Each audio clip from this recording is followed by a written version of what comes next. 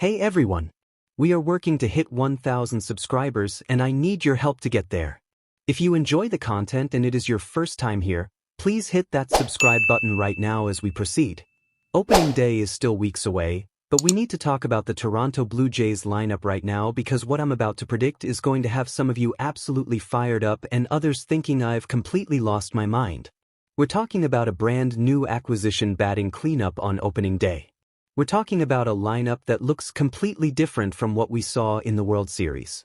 We're talking about bold decisions that could either look like genius moves or complete disasters depending on how this season unfolds.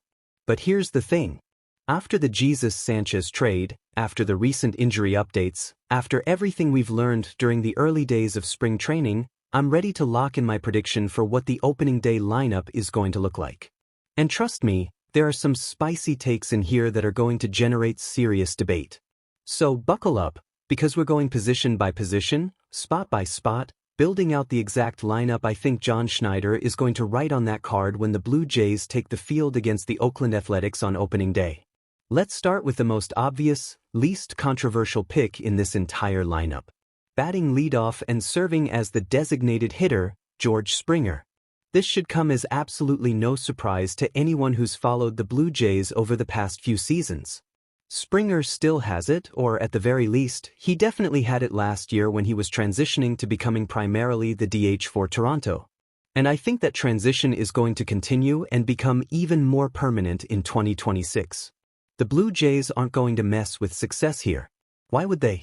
Springer was incredible in that leadoff DH role last year, providing exactly the kind of production you need from the top of your order. And let's be honest about something. Springer is 36 years old now. He's a year older than he was last season. The Blue Jays are going to do absolutely everything in their power to keep his production at the same elite level it was in 2025. And the best way to do that is to not mess with the formula. Keep the patterns the same. Keep him batting leadoff. Keep him at DH where he doesn't have to grind his body down playing defense every single day. That's going to be the approach until either midway through the season when maybe he's not performing well, or something else changes dramatically. But starting out on opening day, George Springer leading off is probably the most lock of locks in this entire prediction. You could debate literally every other position in this lineup, but Springer at leadoff feels absolutely set in stone. Now, batting behind George Springer is where things start to get a little bit contentious and interesting. I've got Addison Barger batting second and playing right field. And I went back and forth on this decision quite a bit because you could make a very strong argument for Nathan Lukes batting second. In fact, during the World Series, Lukes was actually batting above Barger in the lineup. But at the end of the day, I genuinely think the Blue Jays prioritize Barger's development slightly more than Lukes at this stage. Spoiler alert, Lukes isn't even in my opening day lineup, which I know is going to upset some people. But I think the Blue Jays are going to want to give maximum playing time to Addison Barger because this kid is only 26 years old and it legitimately feels like the sky is the limit for what he can become.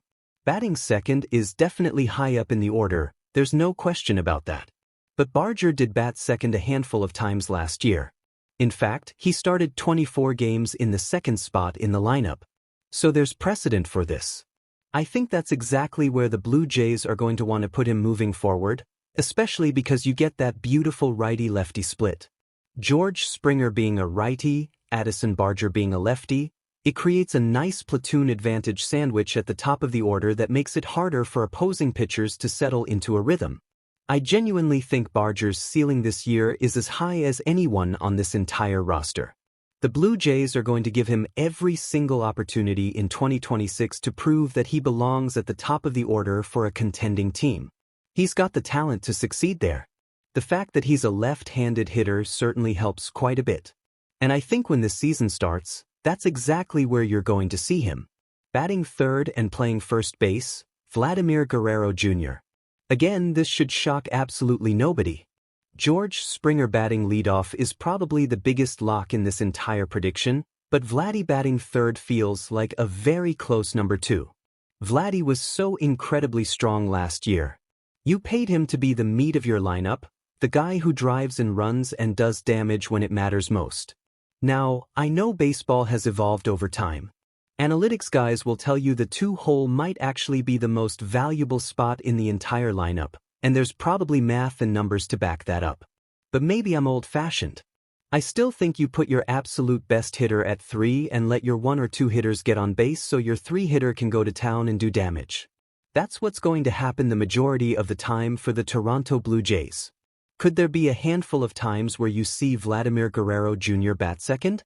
Sure, maybe that happens as the season progresses and Schneider experiments with different looks. But I think as long as George is batting leadoff, the Blue Jays are going to want a lefty batting between George and Vladdy. And then Vladdy rounds out that sandwich batting third. It just makes too much sense from a lineup construction standpoint. He's starting at first base, which is his primary position and where he's going to be literally all the time. No surprises there. Now, batting fourth is where I think things get legitimately contentious and where some of you are going to think I'm absolutely crazy. A little behind the scenes here. I had actually built out this entire lineup before the Jesus Sanchez trade happened. I originally had Nathan Lukes batting second and Barger batting fourth. But then the Blue Jays went out and traded for Jesus Sanchez, and that changed everything for me. I actually have Jesus Sanchez batting cleanup and starting in left field for the Toronto Blue Jays on opening day. And I know exactly how wild that sounds. This is legitimately crazy because at the time I'm recording this prediction, we have never seen Jesus Sanchez take the field with the Toronto Blue Jays, not even in a spring training capacity. The trade literally just went through hours before I'm making this call. But here's my logic. The Blue Jays brought Jesus Sanchez in for one very specific reason, and that's to absolutely mash against right-handed pitching. This is somebody with incredible raw skills that I genuinely think Dave Hopkins might be able to unlock and bring to light even more. Last season wasn't his best, that's true.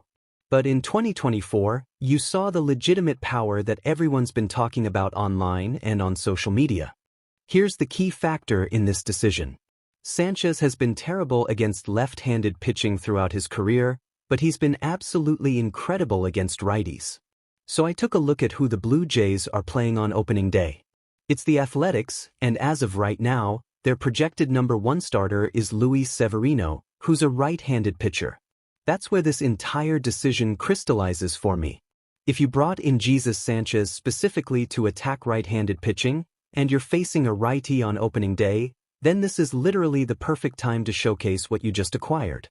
I also looked at where Jesus Sanchez has batted most frequently throughout his career. For many games over a long stretch with the Miami Marlins, he was the cleanup hitter. That's where he's played most in his entire career, batting in that 4 spot. If the Blue Jays truly believe the power against righties is legitimate and sustainable, then put him directly behind Vladdy and let him do damage. He's also a left-handed hitter, which means you now get righty, lefty, righty, lefty at the top of your order. I know it's wild to assume that somebody you just traded for is immediately going to slot in as your cleanup hitter, especially somebody who posted a .699 OPS last season. But that number doesn't tell the full story because against right-handed pitching, Jesus Sanchez is a completely different player. I think the Blue Jays are really going to move him up in the lineup to showcase that power against righties. And when there's a lefty on the mound, you're simply not going to see him in the lineup at all. So argue with me in the comments below. I think this is a legitimately hot take, but Jesus Sanchez batting cleanup for the Toronto Blue Jays on opening day is my prediction. Batting 5th and catching, Alejandro Kirk. This should cause absolutely no debate whatsoever. Kirk has spent most of his career batting 5th for the Blue Jays. They really like having him as the meat of the second sandwich in the lineup. If you've got righty, lefty, righty leading things off with Springer, Barger, and Vladdy, then you go lefty, righty, lefty for your second grouping. Kirk always seems to find himself slotted right in the middle as the 5-hitter, and I really like that spot for him. He can make a massive impact in the first inning if a couple guys string together hits in front of him. Or alternatively, if they don't, then you have Kirk either leading off the second inning or batting right behind the leadoff hitter. That's valuable lineup construction. If George Springer is the biggest lock to bat first and Vladdy is the second biggest lock to bat third, then Alejandro Kirk batting 5th feels like the 3rd biggest lock in this entire prediction. This is what it's going to be for the majority of the season. Kirk provides switch hitting ability, excellent plate discipline, and the ability to work counts and get on base. Batting sixth and playing center field, Dalton Varsho. Again, this is where the Blue Jays have liked to play him frequently. It's that secondary sandwich with Kirk and Varsho providing protection for each other. If Varsho can replicate what he did last year with the pop and the power, this becomes a serious threat in the middle of your lineup. He was on pace for close to 40 or slightly more than 40 home runs last season. Keep in mind he didn't play a full healthy season, but in his 248 at-bats, he hit 20 home runs. A normal fully healthy season is around 500 to 600 at-bats.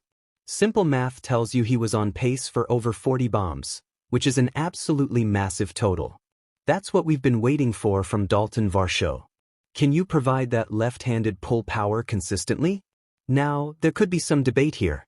With a righty on the mound, maybe you put Varsho cleanup and slide Sanchez to sixth. I think that's a legitimate alternative lineup construction. But I believe since you just made the trade for Sanchez, you're going to ride with him as your cleanup hitter initially and see what he can do. Batting seventh and playing third base, Otani Okamoto. Folks, I am genuinely so excited to watch this guy play baseball for the Blue Jays. He doesn't have a baseball savant page yet because he's never played in MLB, but when you look at his numbers in Japan's NPB, they're absolutely special.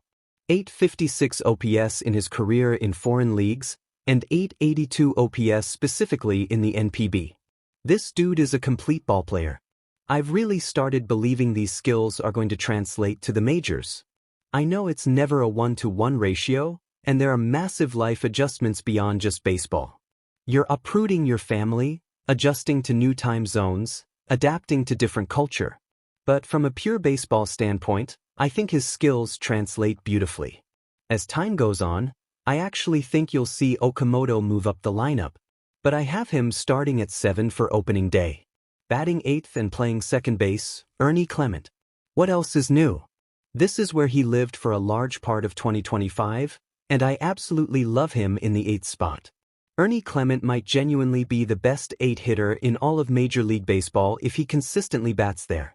He set the postseason hits record. Pound for pound comparing him to other 8 hitters across baseball, Clement has serious upside.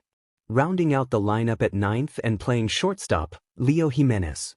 Bo Bichette is gone. This is the everyday guy now. You have to find a place for Jimenez in the lineup, and I believe it's going to be that 9 spot.